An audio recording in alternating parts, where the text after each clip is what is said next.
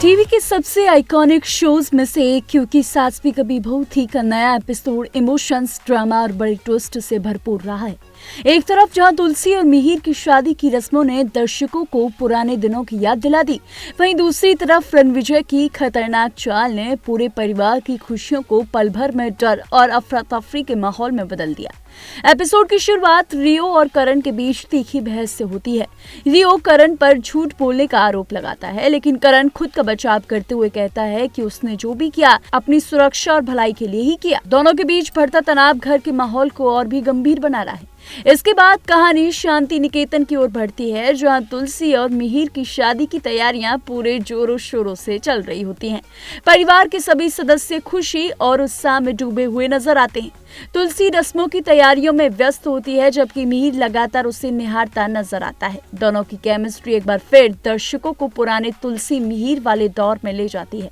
वहीं उसके बाद दोनों की वरमाला होती है। वरमाला की रस्म के दौरान दोनों अपनी पुरानी यादों में खो जाते हैं। परिवार वाले मजाक में मिहिर को सिर झुकाने के लिए चढ़ाते हैं, जिससे माहौल हल्का फुल्का और भावुक बन जाता है। जिसके बाद मिहिर भी तुलसी के आगे सर झुका लेता है। शादी की रस्मों के बीच बच्चों की मस्ती भी देखने के लिए मिलती है। बच्चे मिहिर के जूते चुरा लेते हैं और बदले में पैसे मांगते हैं। इस दौरान पूरे परिवार के चेहरे पर खुशी साफ नजर आती है। इसी बीच तुलसी मिहिर को बताती है कि उसने और बाबूजी के सम्मान में शांति निकेतन को दोबारा व्यवस्थित कराया है और नेत्रहीन बच्चों की 1 साल की स्कूल फीस भी भरवाई है। ये सुनकर मिहिर भावुक हो जाता है और कहता है कि वह बहुत खुशनसीब है कि तुलसी उसकी जिंदगी में वापस लौट आई। तुलसी भी कहती है कि उसकी माँ को मिला सबसे बड़ा तोहफा यही है कि वह दोबारा उसके जीवन का हिस्सा बनी है। शादी की सभी रस्में पूरी होते ही पूरा परिवार जश्न में डूब जाता है। काकी कन्यादान करती हैं और शोभा गठबंधन की रस्म निभाती है। माहौल पूरी तरह खुशियों से भरा होता है, लेकिन तभी कहानी में आता है बड़ा ट्विस्ट। घर के बाहर कुछ अजनबी लोग मंडराने लगते हैं।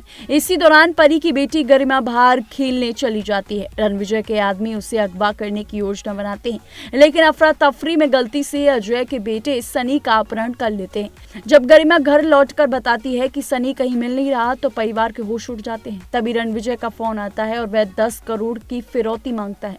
परी को समझ में आ जाता है कि असली निशाना गरिमा थी, लेकिन गलती से सनी का अपहरण हो गया है। अजय पुलिस के पास जाने की बात करता है, लेकिन परी उससे रोकते हुए कहती है कि रणविजय बेहद खतरनाक इंसान है। दोनों मिलकर तय करते हैं कि वह खुद पैसे लेकर रणविजय से मिलने जाएंगे। जब रणविजय परी और अजय को साथ देखता है तो उसके अंदर जलन और गुस्सा बढ़ जाता है। वह सनी को छोड़ने से साफ इनकार कर देता है और पैसे की मांग पर अड़ा रहता है।